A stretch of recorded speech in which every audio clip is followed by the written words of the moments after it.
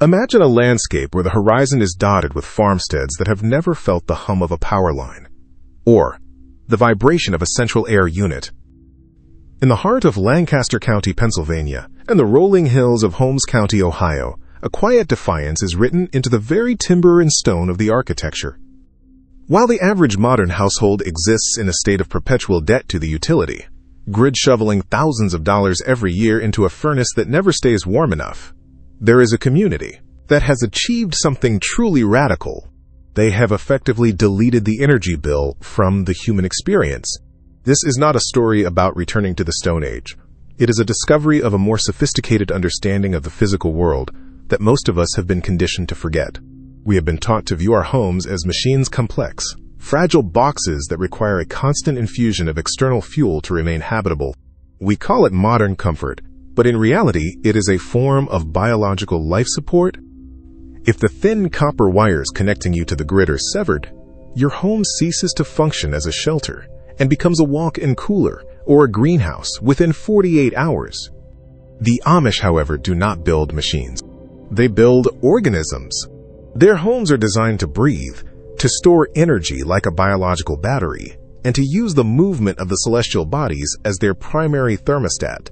For over 4 centuries, they have refined a system that is so effective, it has begun to attract a strange kind of attention from the very institutions that profit from our dependency.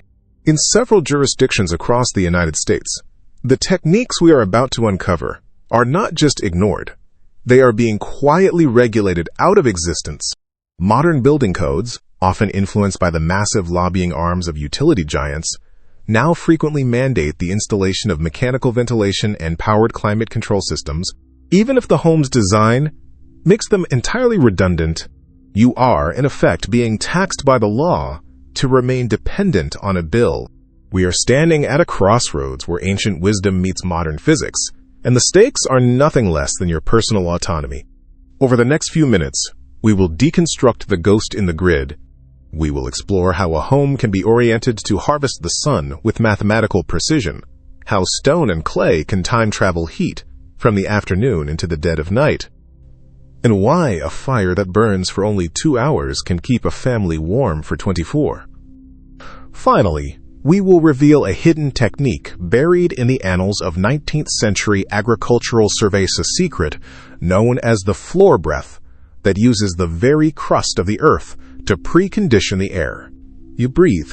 The Amish have never paid an energy bill because they realized long ago that the most powerful energy source isn't the one you buy, it's the one you stop wasting. The first act of construction for an Amish master builder doesn't involve a shovel or a saw. It involves a period of silent observation. Long before the foundation is dug in the soil of Holmes County, the builder stands on the empty lot and tracks the arc of the sun. This is the moment the solar compass is set. While modern developers lay out suburban tracks based on the geometry of the road, ensuring every front door neatly faces the pavement for the sake of curb appeal, Amish builder answers to a higher authority, the celestial mechanics of the solar system. Every primary structure is oriented with its longest axis aligned within 10 degrees of true south.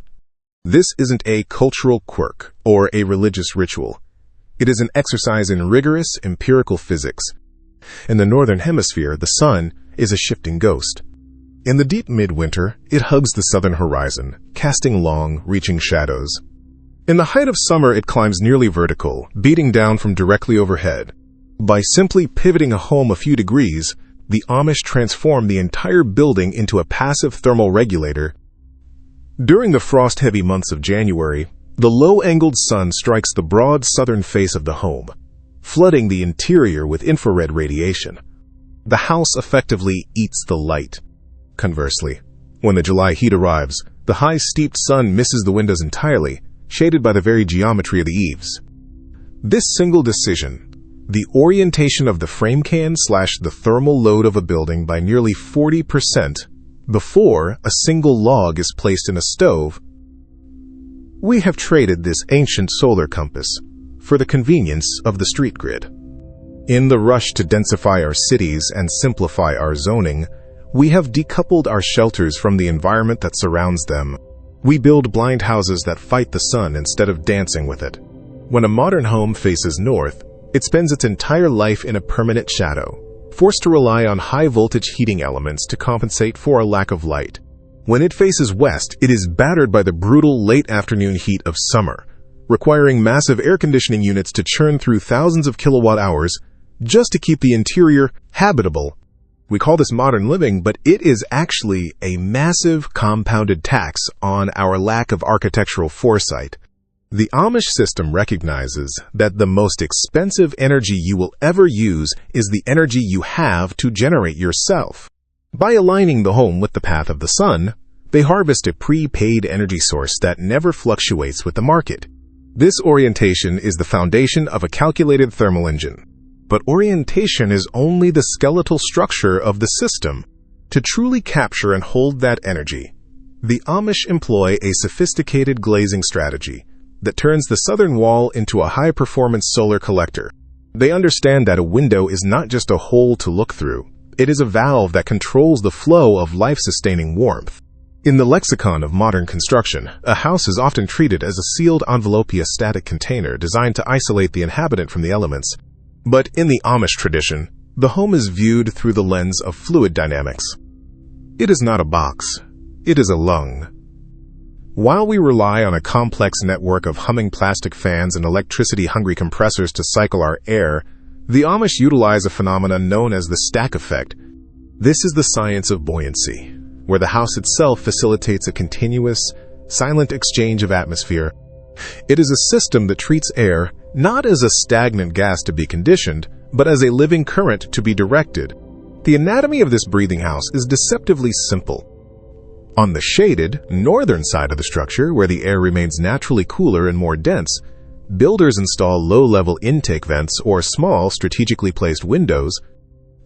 Conversely, on the southern face, and near the highest points of the roofline, they place large exhaust openings.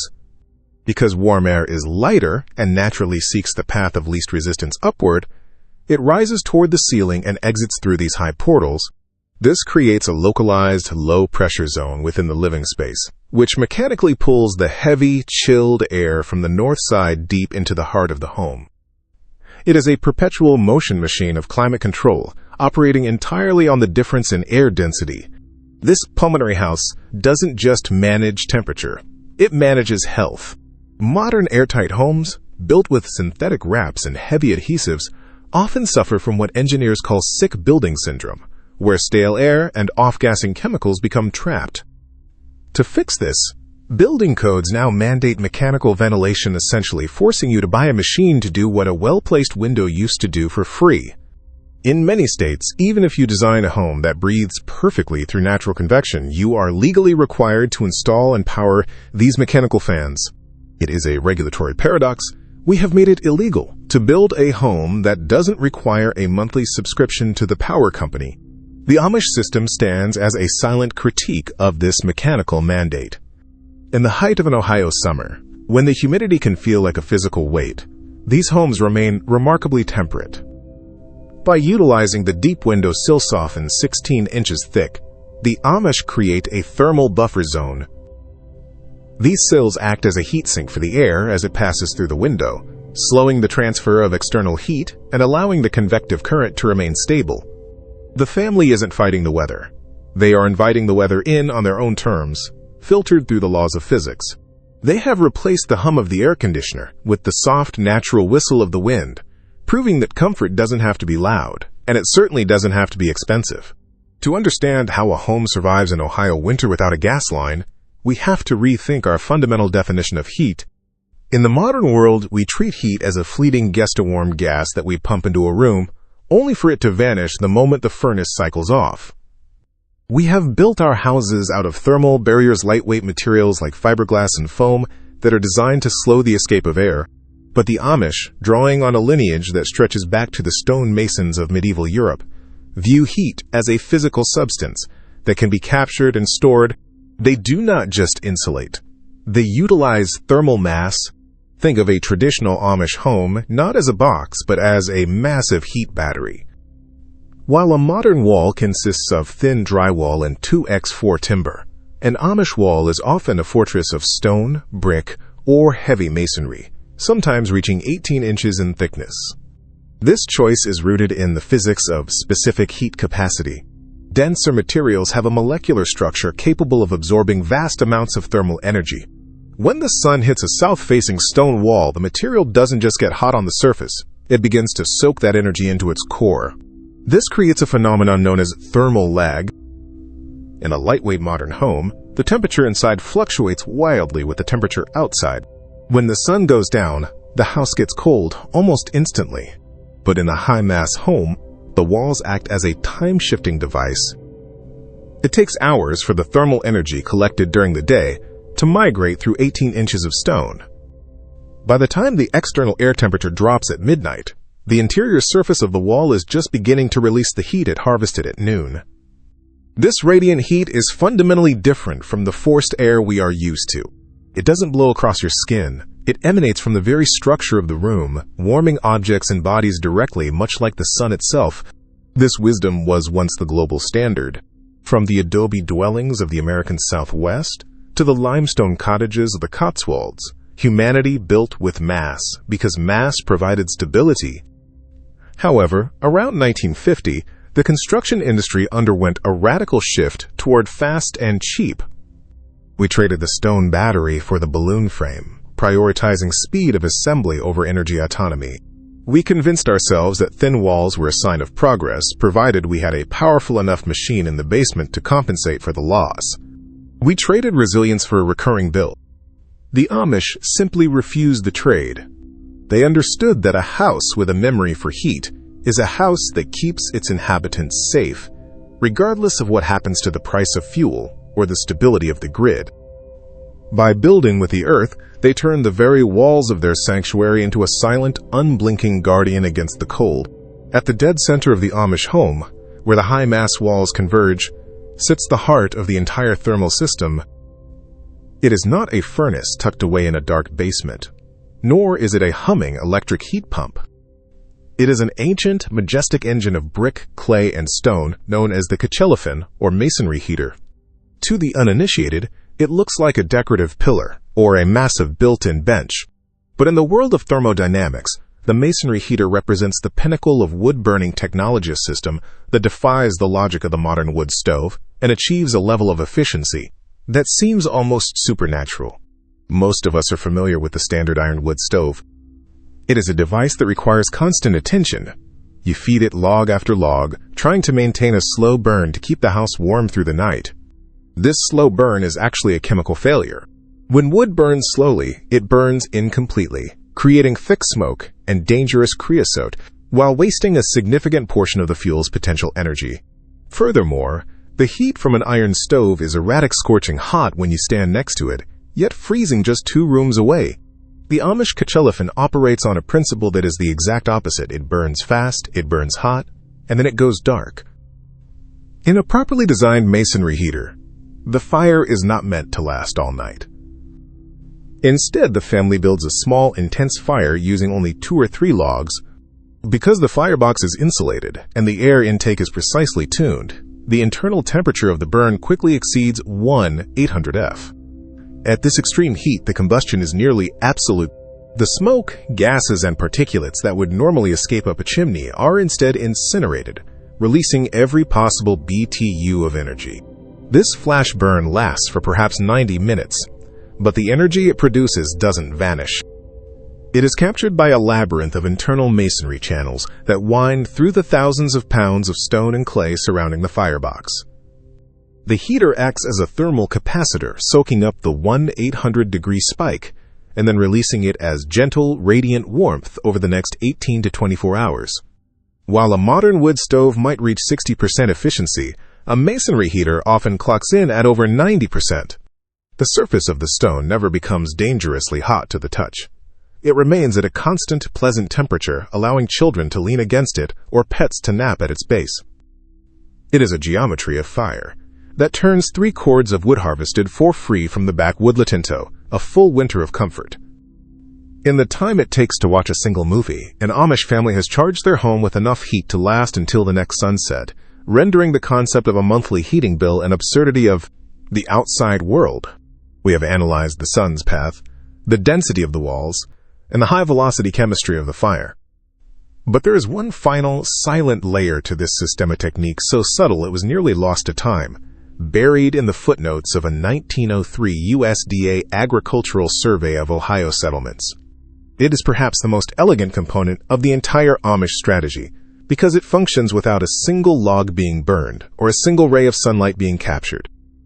It is what the elders of Holmes County called the floor breath.